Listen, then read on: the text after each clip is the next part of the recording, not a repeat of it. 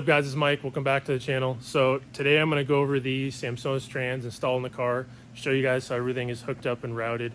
Also, I'm going to go over the GCU programming, how I set everything up.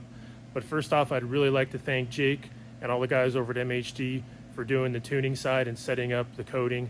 I was able to get the factory DME to accept an ignition cut signal, which is literally a game changer. Normally you'd have to try and install a watt box or go standalone control, which is just a ton of work. So having the factory F8x DME do this is just, it's unbelievable. So hats off to MHD. Those guys are the best at what they do. Really appreciate it. So let's go ahead and get started. All right guys, here's inside the car, and here are the sequential components that you guys have seen in my previous videos. So got the gear oil pump, GCU, air tank, air compressors in the back. I'll show that to you guys here in a second. So initially my plan was to take the gear oil pump, the air tank, basically as much weight as possible, put it towards the rear of the car. And then I realized in order to do that with the gear pump, I would have had to run, 25 feet plus of line, which is going to cause restriction. So I ended up putting the pump right here. Also, the air tank, the issue with mounting that further back in the car is the supply line that goes to the actuator here into the transmission. The longer the supply line, the more the delay and the slower the response time to the actuator, which again, you want this to shift as fast as possible. So putting the air tank right here was just, it was a compromise, kind of still towards the rear of the car. And it works out pretty well. So let's go ahead and go to the back and I'll show you the air compressor. All right guys, so here's the air compressor. This is the air inlet line. I went ahead and moved the filter forward. They recommended keeping the filter in an area where it can get fresh air. For instance, having the filter down here by the heat of the compressor, not a good idea. So I went ahead and moved the filter further up. This is the air supply line, and that's pretty much it for the compressor. All right guys, got the car back up on the lift. I'm gonna go ahead and show you the Samsonas trans installed. And first thing you'll notice is the diffuser is off of the back of this car. And I went ahead and took it off just for testing it on the road. There it is right there. So this panel right here, let's see, actually sits just like that. The exhaust sits basically right above it, and it feeds the diffuser. So I'll show you guys that once it's all together. And there's the sequential trans. So I'm gonna go ahead and take this tray off and then get started and show you guys how everything's hooked up. All right guys, here's a quick view of the Samsonas sequential installed. And as you can see, this is the transmission mount that I fabbed up here. I still need to add a bracket for the hanger on the exhaust. And this mid pipe I made out of CP1 titanium, it's 3.5. So it only weighs, I don't know, like 6 pounds. So probably doesn't need a hanger, but if you're tracking the car like I am, it's a good idea to just put a hanger on it right here. This is the gear oil inlet, goes into a 100 micron filter. And this just protects the gear oil pump, basically. So then this goes into factory DCT cooler. And then this is the pressure line right here with the nozzles that I talked about. So other than that, this transmission fits in here like a glove. Couldn't ask for anything better, to be honest. All the trays fit under here. And yeah, just wanted to show this to you guys real quick. So I'm gonna go ahead and drop the car down, and then we'll get more into the electronics and the programming. All right guys, back in the car here, I just want to show you these switches real quick, what each one does. So this is the air compressor power right here. So this turns the air compressor on, and this will shut off as soon as it reaches between 8 and 8.5 bar. This right here is the gear oil pump. Yeah, turn on. So that's a gear oil pump that will cool down the transmission. And the trick with this is you actually want to go out and do a few laps to get the gear oil up to temperature before you turn that on. Otherwise, it puts an extra load on the pump. So that's just something to keep in mind. These two are auxiliary switches. So I plan on putting an AccuSump on this car. An AccuSump is just a pre-oiler. Or in this case, if somehow the engine starts starving of oil, it'll supply it with oil. So that's what this switch will be for. And this will likely be a radio power on switch in the future here. So this switch right here, I'll go ahead and show this to you guys here in just a second. I'll get everything turned on, get the compressor aired up. I'll show you what this button does. What's up guys, so here's the MME Motorsport GCU software. So right here we got our PM. This is the gear position sensor, also known as the potentiometer. So the data that's read from here actually tells the GCU what gear you're in. And initially when you set this up and you go through the calibration process, you'll actually shift, you know, from first, second, all the way to sixth gear, back to neutral, down reverse, and then this is actually going to basically tell the GCU what gear position you're in. Right over here we got the throttle position sensor percentage. This reads two inputs and this comes off your throttle. You have a low and a high input. And then over here you have the air compressor. Now one cool thing about this is you can actually go through and test inputs and outputs.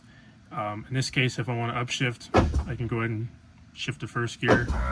There's second gear, so there's the compressor right there. Compressor will automatically kick on below 8 bar, turn off at 8.5 bar. And then here's the ignition cut right here. So if I hit ignition cut, it'll actually send the ignition cut signal. So if the engine's running right now and I hit ignition cut, it would kill the ignition. You got the throttle blip right here. So I have it set at 40%. So you'll see the throttle position sensor jump right there. So yeah, that's pretty much it as far as the display and the sensors that you can test. So if we get into the configuration here, you'll see you basically input your gear ratios here. One cool thing about that is when you downshift, it saves them. So in this case, let's say I'm in fifth gear at 6,000 RPMs and I accidentally try and downshift into fourth, it will not allow you to do that. So it has a built-in safety feature so you don't over rev during downshifts, which is an awesome feature. So if we go over here to throttle blip, we got the delay after activating the valve set to 40 milliseconds. So 40 milliseconds will go by and basically allow the engine to rev, unload the gearbox, downshift into the next gear. And that's pretty much it. So max blip duration, 120 milliseconds. This setting right here, you don't want to go too crazy on. If you have the engine sitting there blipping too long, can actually cause more harm than good to the gearbox. So you still want, you don't want it to over rev match. So let's go to upshift here. Delay after cut. So basically when it sends ignition cut signal, it's going to wait 20 milliseconds until it starts to shift. Similar to the downshift, this 20 milliseconds right here gives the engine time to slow down, unload the gearbox, and then when it initiates the shift, it goes into the next gear.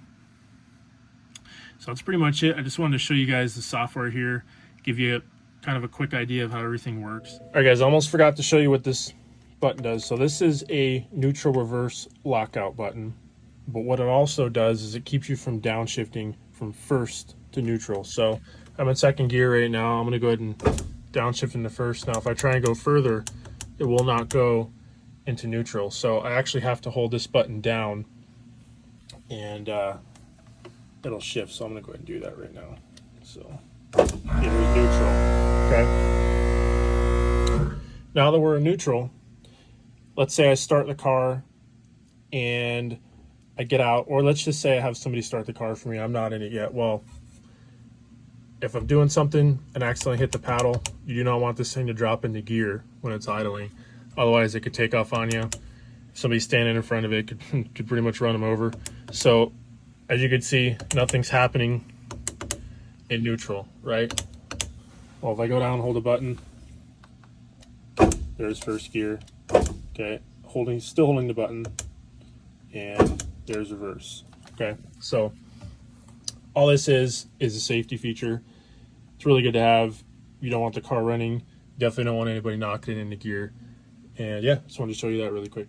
All right, guys, now that we went over the transmission installed and some of the electronics and programming, I'm gonna go ahead and clip in some first drive videos so you can hear this transmission in action. Now, keep in mind, all the testing that I've been doing with this has been on low boost. I've literally had it tuned to like 19 PSI, which is mid 4.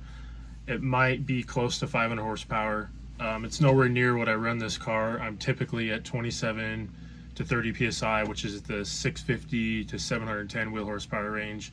So it's turned down quite a bit, but one thing's for sure, the car feels great. The straight cut gearbox, you can actually feel the difference with power delivery. And also, we have new gear ratios. We have a close ratio setup. So keep that in mind and enjoy the videos.